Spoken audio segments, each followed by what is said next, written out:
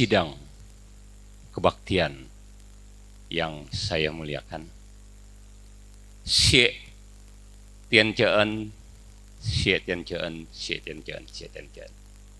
Puji dan syukur kita panjatkan kehadirat Huang Tian Sangti, karena kasihnya lah kita semua dapat hadir di ruang suci ini. Terimalah salam peneguhan iman di dalam agama kita, bahwasanya hanya kebajikanlah Tuhan berkenan. Wei de tong tian sanjai. Sidang kebaktian yang saya muliakan, uraian ayat saya kali ini saya beri tema rakyat akan kembali tebal kebajikannya. Kita buka kembali kitab suci kita para jemaat terkasih di Lungi atau Sabda Suci Jilid 1 pasal 9.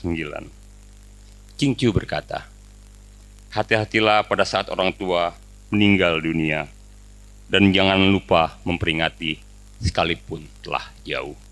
Maka dengan demikian rakyat akan kembali tebal kebajikannya. Kita berbicara rakyat. Sekarang kita berbicara umat Konghucu yang sedikit nih ya. Kalau kita memperingati atau sembahyang pada leluhur, kita ingat akan leluhur, walaupun leluhur kita telah jauh, maka umat Konghucu akan tebal kebajikannya. Enak ya jadi umat Konghucu. Kemarin telah melaksanakan sembahyang Cit Due di leluhur di rumah kita masing-masing. Dengan demikian umat Konghucu akan tebal kebajikannya. Mudah ya. Sedangkan Nabi Konghucu berkata, ketika bersembahyang pada leluhur kita nggak perlu mewah, nggak perlu memperebutkan masa perlengkapan sembahyang, cukup air teh, air putih, nasi dan kuacai pun sudah boleh kita laksanakan. Kemarin kita telah laksanakan sembahyang Citwe. Lalu dengan bangganya kita berkata, wih, saya sudah tebal kebajikannya. Karena apa? Cingcu berkata dalam kitab suci, hati-hati saat orang tua meninggal dunia, dan jangan lupa memperingati walaupun telah jauh. Dengan demikian maka rakyat akan kembali tebal kebajikannya. Yang jadi pertanyaan kita sebagai seorang umat Konghucu, apakah hanya dengan kita bersembahyang pada leluhur maka kita akan tebal kebajikannya? Kita jangan mau para jemaat terkasih, mindset, pola pikir kita itu kita harus menelan mentah-mentah apa yang ada dalam. Cingcu berkata demikian. Kenapa Cingcu berkata demikian? Itu yang harus kita kupas, kita cari. Seorang Konghucu apabila dikasih satu sudut, dia harus mencari keempat sudut lainnya, 3 sudut lainnya. Jadi nggak boleh para jemaat terkasih. Kalau orang yang berkata, kalau you rajin kelitang, maka you akan peitian. Wah, dengan bangganya dia tiap hari kelitang. Bentar-bentar habis pulang 1 jam dia balik lagi kelitang. Karena apa? Katanya kalau kelitang, kata Wan Seoki, nanti matinya akan peitian. Ini dulu pulang nih, ntar nih sampai rumah. Dia balik lagi, mau kelitang lagi ya, biar matinya peitian. Enak ya umat Konghucu ya. Bersembahyang pada leluhur memperingati, maka kita umat Konghucu akan kembali tebal kebajikannya. Maka kita akan tebal kebajikan. Itu tanda tanya para jemaat terkasih. Itu jangan telan mentah-mentah. Mentang-mentang ada di ayat, wah, kita udah sembahyang aja nih memperingati cengbeng nanti, sembahyang besar pas tahun baru Citwe. Kita dengan bangganya umat Konghucu, saya sudah tebal kebajikannya. Tidak seperti itu para jemaat terkasih. Tidak sesederhana itu. Kita rajin kelitang, kita akan peitian. Tidak sesederhana itu. Mau kemana kelitang? Mau ketemu Tuhan. Kalau saya sudah ketemu Tuhan, mendengarkan firman Tuhan, saya meninggal akan peitian. Tidak seperti itu. Tidak semudah itu para jemaat terkasih. Jadi kita orang umat Konghucu itu nggak bisa dibohong-bohongin, diamang-amang, diiming-iming, itu nggak bisa. Pokoknya yuk rajin kelitang. Kalau yuk rajin kelitang, yuk akan peitian. Tidak. Tapi kalau nggak kelitang, bagaimana mau peitian? Karena apa? Di litang adalah tempat kita untuk mendengarkan firman-firman Tuhan. di Litang adalah tempat kita untuk hati kita mengadu, mengeluh kepada Tuhan Sang Pencipta, kepada bimbingan kita yang mulia Tacang Cesang Kungci. Di rumah ada tempatnya.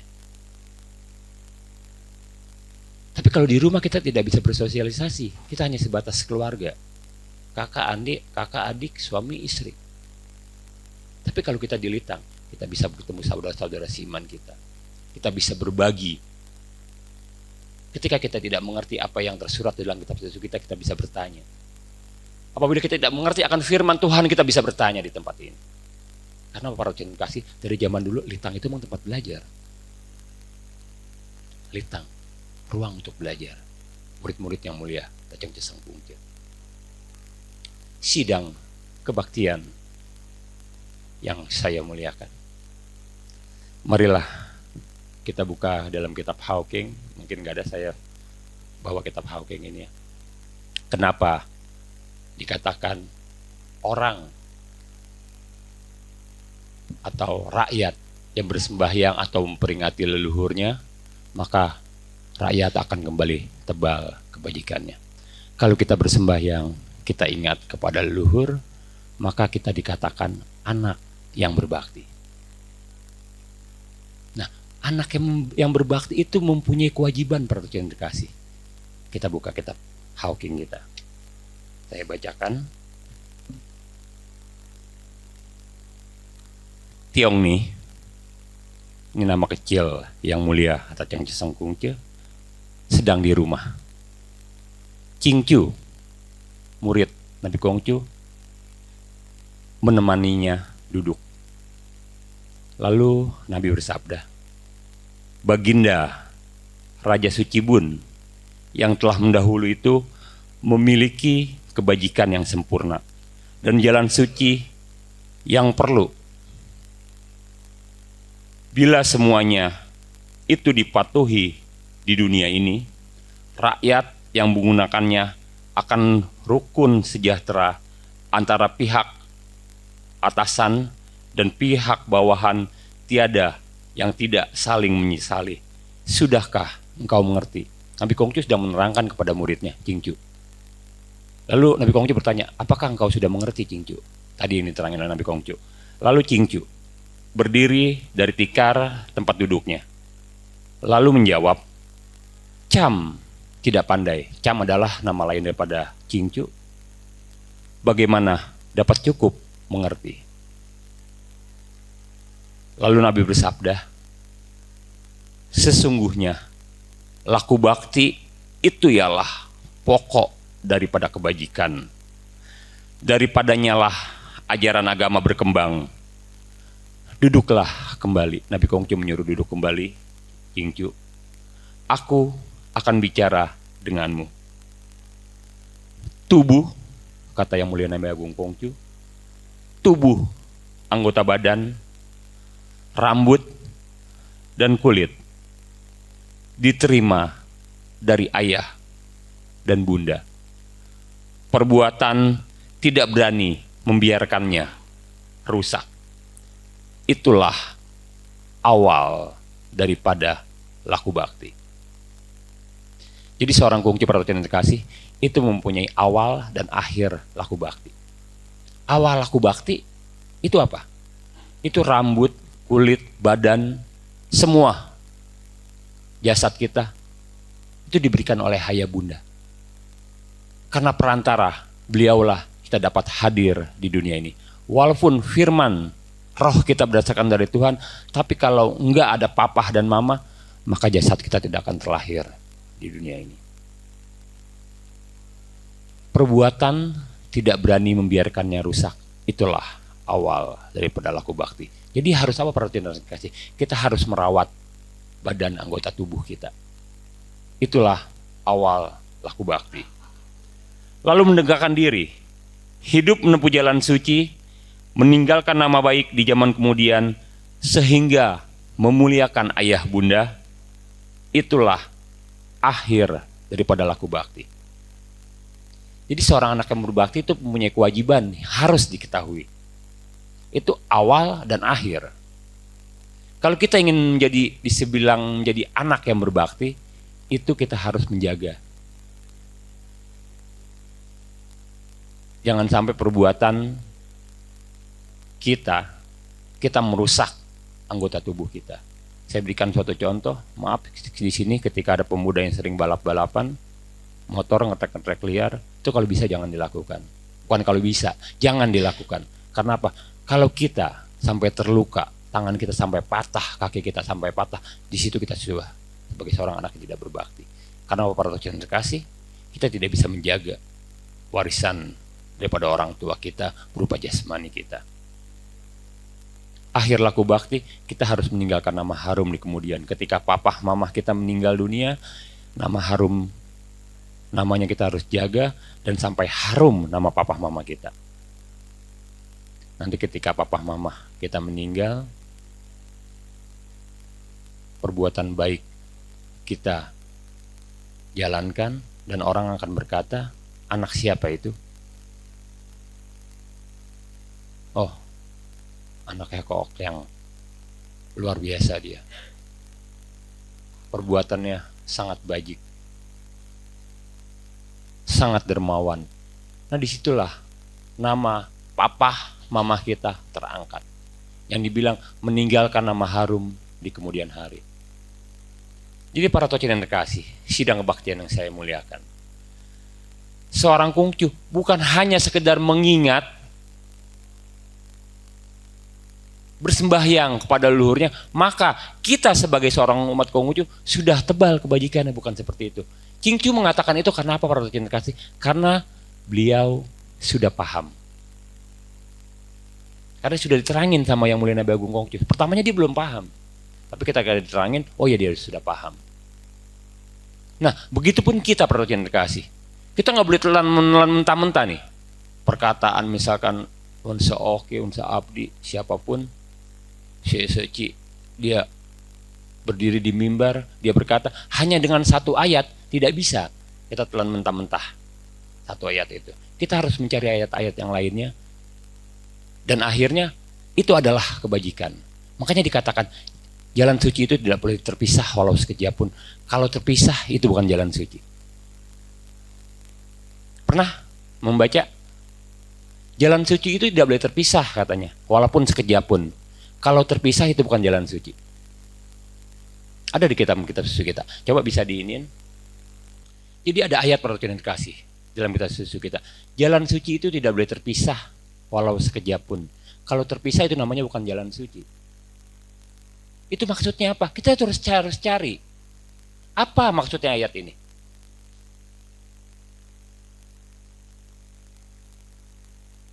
Saya terangkan sedikit. Jalan suci itu tidak boleh terpisah walau sekejap pun.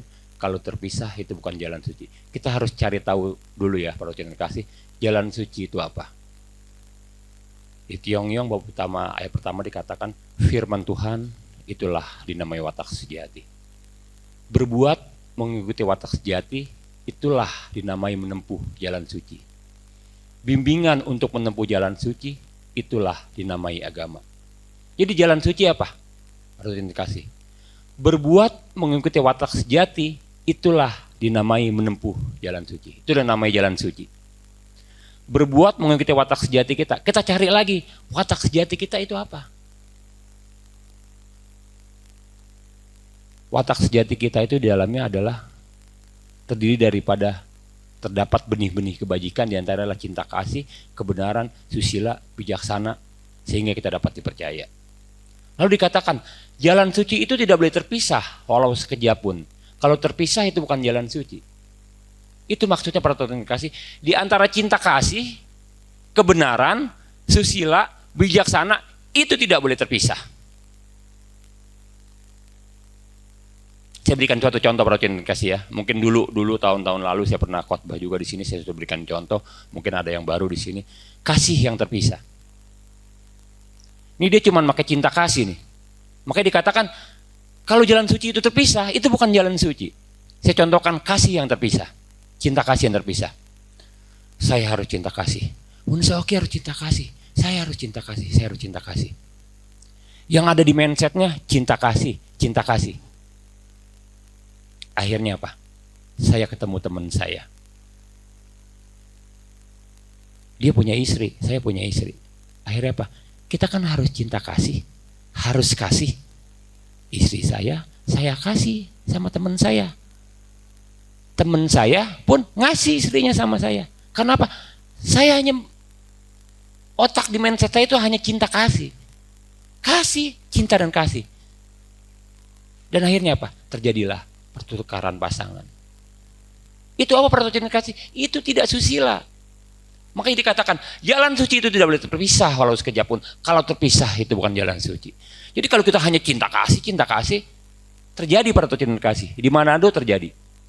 Ada suatu aliran yang disebut aliran sesat, di mana setelah dia selesai kebaktian, mereka tukar-tukar pasangan. Kenapa? Kasih yang terpisah. Makanya dikatakan jalan suci itu tidak boleh terpisah walau sekejap pun. Kalau terpisah itu bukan jalan suci. Susila yang terpisah. Saya berikan suatu contoh. Wah, Onse Ok ini katanya nih susila banget nih. Kalau ketemu sama yang tuaan dia pai, dia tingle, dia ip, maaf. Kalau tingle sama Tuhan sama Nabi ya. Wah, le banget Onse Ok, nyapa terus. Akhirnya apa? Di mindset saya harus susila, saya harus susila. Akhirnya di pasar nih, siapa ketemu orang, saya pai. Ketemu orang, saya pai. Siapa aja saya pai. Ibu yang ada di sini datang melihat saya. Aduh, Onse Ok. Sinting katanya. Semua orang dipain sama dia. Karena apa? Ini mindset saya, pola pikir saya harus susila. Saya harus le. Siapapun, saya pain. Nah itu apa? Jalan suci yang terpisah para tocin kasih, susila yang terpisah. Dia hanya susila aja. Tapi dia tidak berlandaskan kebenaran. Akhirnya apa? Gila tuh Onse Ok. Nah itulah para tocin kasih. Makanya dikatakan jalan suci itu tidak boleh terpisah walau sekejap pun. Kalau terpisah itu bukan jalan suci. Kembali lagi, sidang kebaktian yang saya muliakan, apakah hanya dengan kita sembahyang pada leluhur maka umat Konghucu nih akan tebal kebajikannya? Nah terus umat Konghucu udah melaksanakan sembahyang, ingin yang disebut sebagai seorang anak berbakti. Dia ingin menjaga warisan orang tuanya, dia ingin meninggalkan nama harum, tetapi tetap masih sulit. Sampai litang masih ngerumpi. Sampai litang masih ngebicarain keburukan orang. Itu karena apa para kasih? Dia tidak bisa membina dirinya. Jadi kalau kita mau berbakti pun kita harus tahu juga jalannya.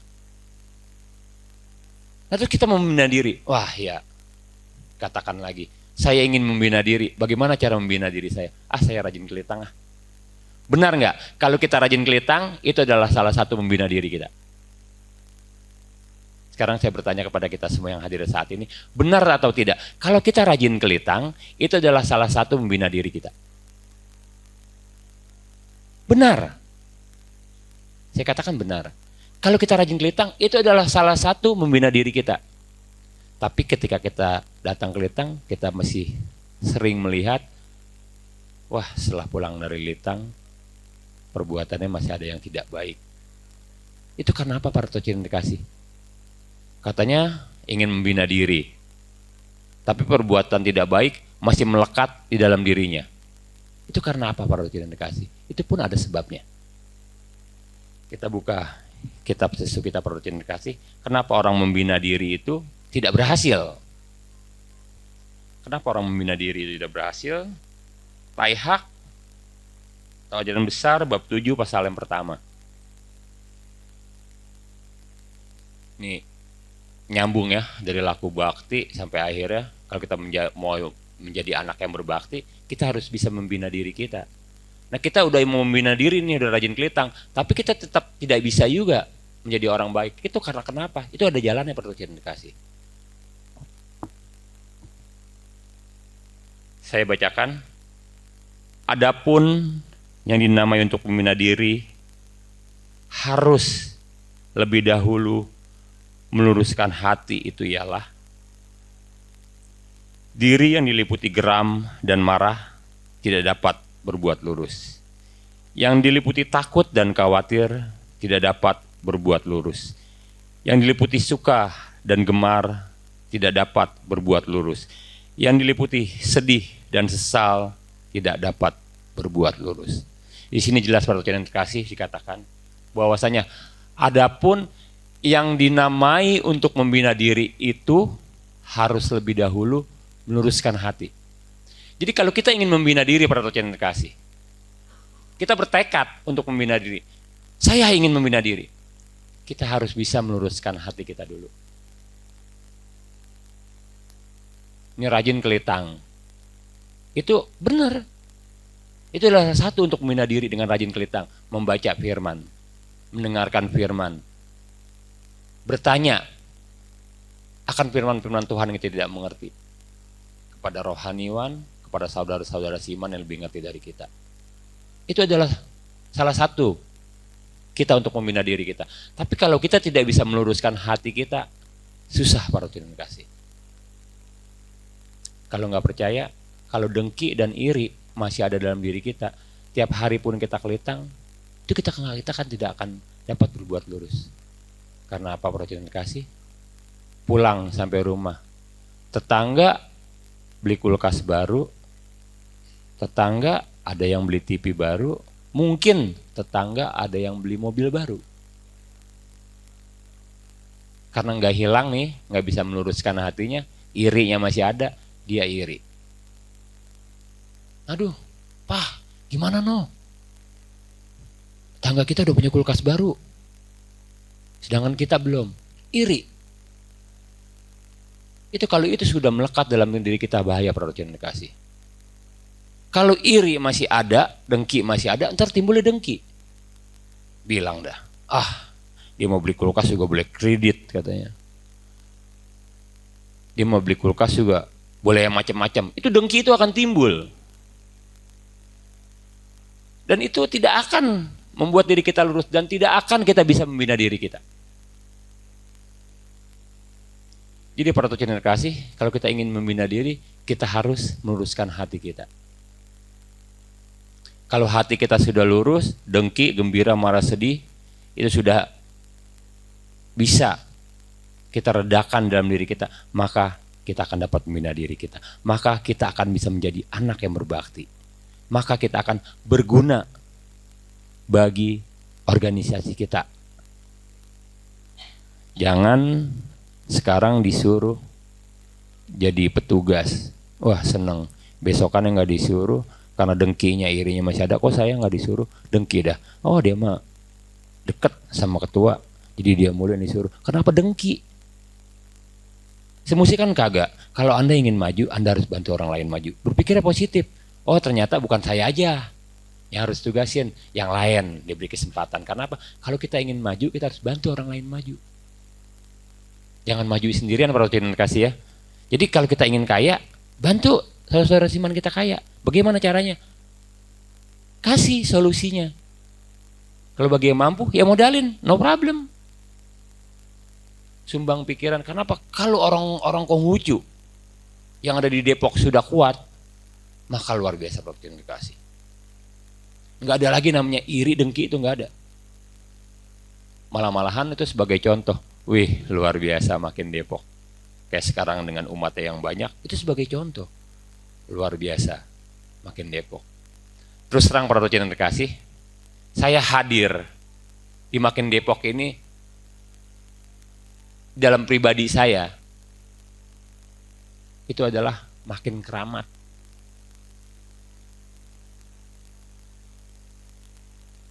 Kenapa saya bilang Depok itu makin keramat? Bagi saya ya, bagi saya pribadi. Yang hadir pada saat ini itu banyak sekali teman-teman papa saya. Jadi papa saya itu orang Depok aslinya. Jadi gimana ya? Saya kalau ketemu beliau tuh teman-teman papa saya sangat menghormati dan seolah-olah itu papa saya. Sedangkan saya berdiri di sini jadi kadang-kadang suka gemeter, keluar keringat jagung. Ditambah satu lagi, ada guru besar di sini. Itu Pak Wicanda. Dari saya masih SD, saya tuh dididik sama beliau. Jadi terus serang aja perhatian kasih. Saya makin lain, saya nggak terlalu grogi. Tapi kalau untuk ke Depok ini terus terang, ini keramat bagi saya. Itu kayaknya kalau masuk Depok, aduh, rada serem gitu. Nah terus pemuda-pemudanya, Ko Iwan, Ko Andi, itu adalah senior-senior saya. Itu guru-guru saya ketika saya masih Pakin. Di zamannya Kompak itu adalah beliau itu benar-benar orang-orang yang saya hormati. Ada di Depok juga. Jadi Depok ini terus terang pada kasih bagi saya pribadi adalah makin keramat. Pertama kali saya berdiri keluar keringat jagung menjadi seorang rohaniwan, dimanapun saya berdiri istilah menyampaikan Ciang tahu tidak seperti itu, tapi di Depok inilah saya keluar keringat jagung yang luar biasa. Bukannya panas, terus terang, keramat emang Depok ini. Saya deg-degan lah saya kata. Saya sih jujur aja ya. Saya nggak mau istilahnya tedeng-tedeng eleng-eleng kalau orang bilang. Saya jujur ya, kalau ke Depok ini luar biasa bagi saya. Jadi kalau ketemu yang tua-tua, aduh, papa sering cerita sama saya luar biasa dulu ketika pendidikan Depok ini. Sampai di penjara. Pada tahun 66 waktu itu, pas PKI. Nah, terus untuk pendidikan Depok ini, orang-orang pendiri-pendiri di sini tuh untuk mengadain kebaktian itu sampai di penjara pada cinta kasih.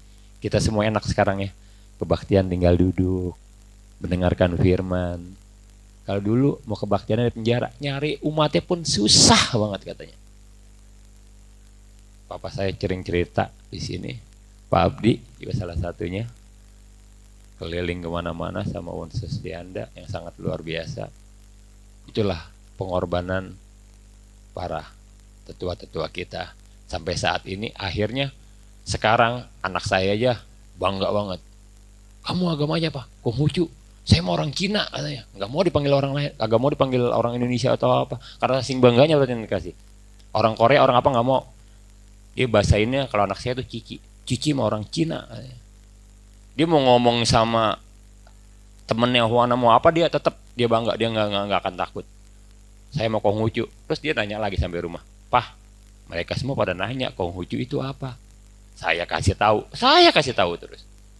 Jadi saya menanamkan ya sama putri saya itu biar bangga.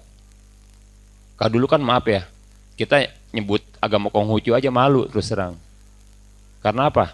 Ketika ditanya macam-macam bingung jawabnya, karena kita pun pengetahuan kita sedikit.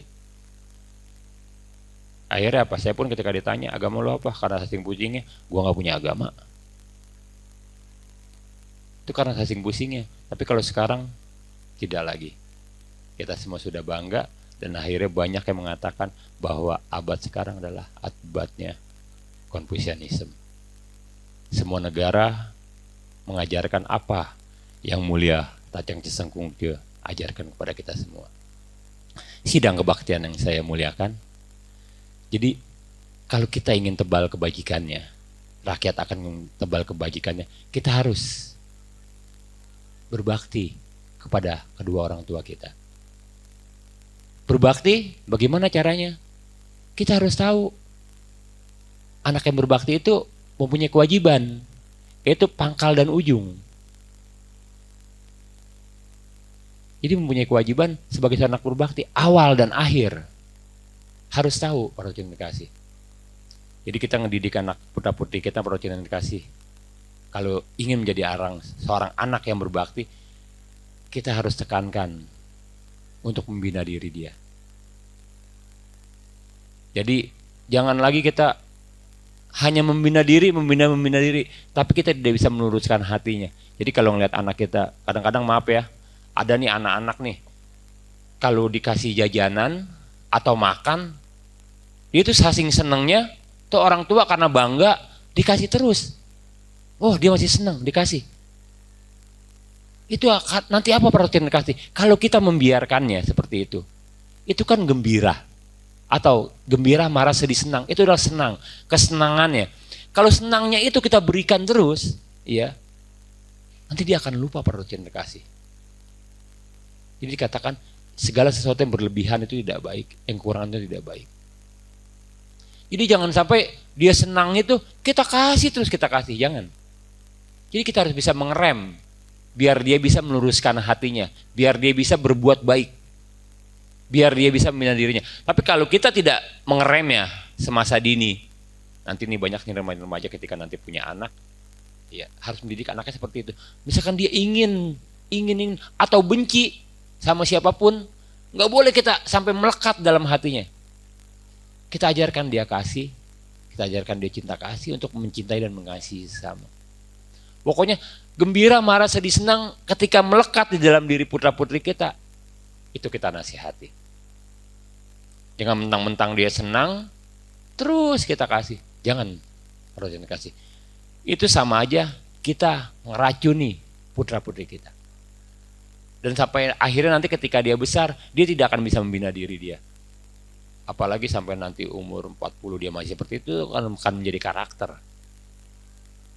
Ini orang nih yang iri, dengki, sampai umur 40 dia tidak bisa merubah, itu menjadi karakter. Tetap dengki.